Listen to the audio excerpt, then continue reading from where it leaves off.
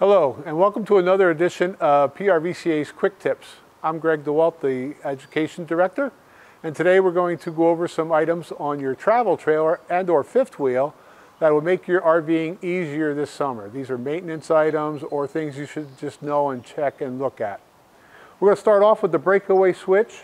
It's on the front of your RV, whether it's a travel trailer or a fifth wheel, you're going to have one of these breakaway switches. It's a cable hooked up to a pin little box down there, and it runs off of the coach battery.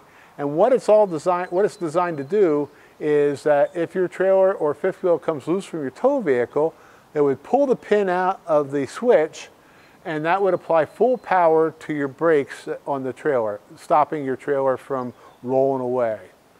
Like I said, it runs off the battery, and that's the next thing we're going to look at is the battery. Here we have a wet acid battery. Most RVs today are still using wet acid batteries. They are RV deep cycle batteries. These caps here on this battery will pop off, and you can check the water level of each cell in there. There'll be 6 different cells inside of here, and you want to put distilled water in there. You want to make sure your batteries are fully charged before you go out on your weekend, and you can check them with a volt-o-meter. And just sitting here, if you hooked up a volt-o-meter to your battery, it should read 12.65 volts, and that would be fully charged. If for any reason you need to disconnect your battery, you're going to want to disconnect the negative side first, and then the positive side.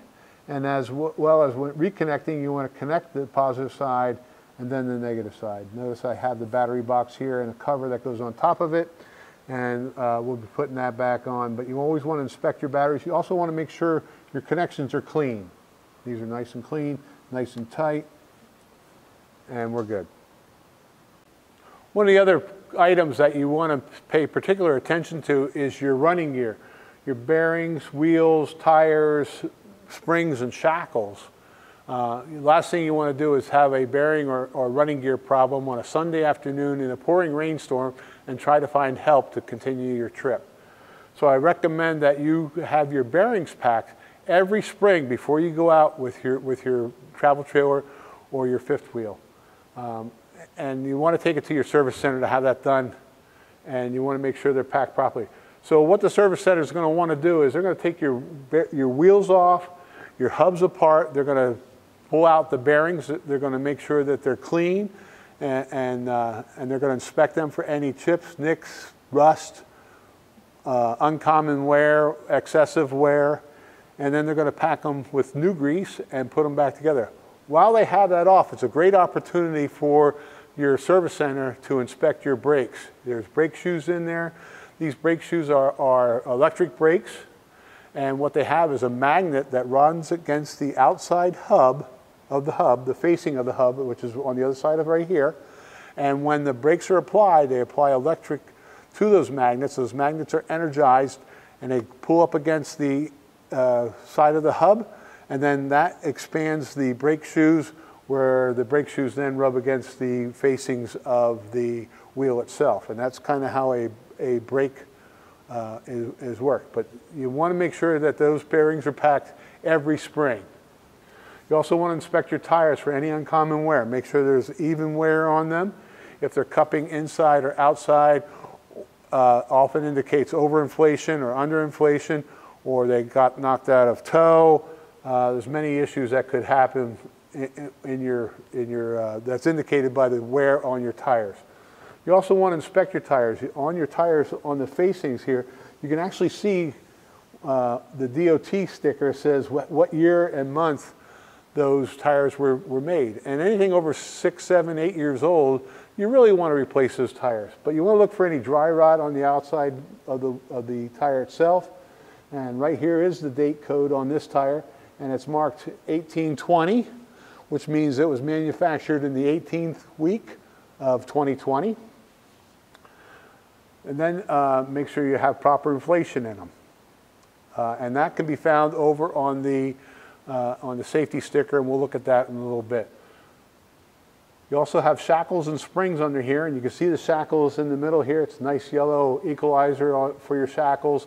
The shackles are these pieces that go between the spring itself and the equalizer, and there's some in the front as well, or there may be. and there's bolts in there, and they're called shackle bolts. Those shackle bolts oftentimes will wear and will need to be replaced. But it's another inspection point that your service center should be doing for you, and that you need to make sure you request them to look at your shackle bolts and replace them if it's needed. All right, it's a great time to take a look at your spare tire and make sure your spare tire has the proper pressure in it as well. Again, notice the green plug on cap on this air on the Schrader valve here. That indicates that it's filled with nitrogen, and there are a lot of service centers out there that have nitrogen generators that can put nitrogen back into your coach. If you really have to use air, don't worry, put air in it, and that's the way it is. While we're talking about your spare, this is another good item to put into your rotation of your tires on your trailer. Now, a lot of people don't like doing that, but if you don't use a tire and it sits, it never heats up and dries the moisture out of it. It never warms up and kind of mushes the rubber around, and that's what accelerates the dry rotting of tires.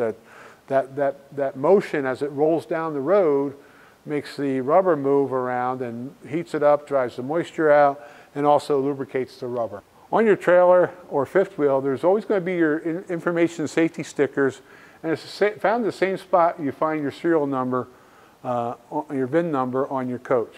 And on here, it'll list the tire size and what pressure those tires are supposed to be filled to. This one specifically is an ST 205 75R15, and it should be filled to 65 PSI. You know, it's also in kilopascals as well.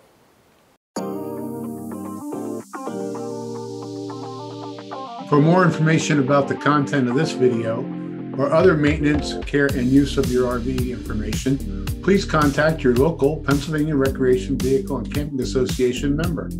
You can find your local member on our website, PRVCA.org. You can also see more educational presentations live at the 2021 Hershey Show, September 15th through the 19th in Hershey, Pennsylvania. For more information, visit largestrvshow.com.